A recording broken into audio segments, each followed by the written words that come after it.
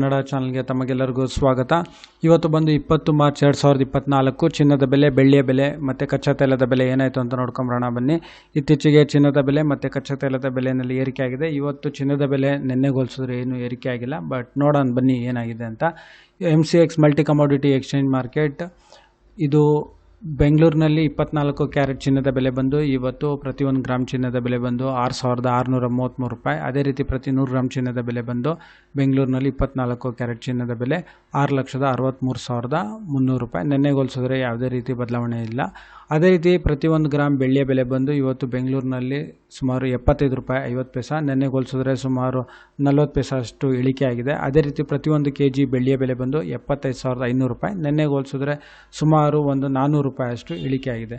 ಅದೇ ರೀತಿ ಕಚ್ಚಾ ತೈಲದ ಬೆಲೆ ನೋಡೋದಾದರೆ ಇವತ್ತು ಸುಮಾರು 6,820 ರೂಪಾಯಿ. ಈ ವಿಡಿಯೋ ನೋಡೋದಕ್ಕೆ ತಮಗೆಲ್ಲರಿಗೂ ತುಂಬ ಧನ್ಯವಾದ. ದಯವಿಟ್ಟು ಈ ಚಾನಲ್ನ ಸಬ್ಸ್ಕ್ರೈಬ್ ಮಾಡಿ, ಈ ವಿಡಿಯೋನ ಲೈಕ್ ಮಾಡಿ, ಶೇರ್ ಮಾಡಿ. ತಮಗೆಲ್ಲರಿಗೂ ತುಂಬ ಧನ್ಯವಾದ.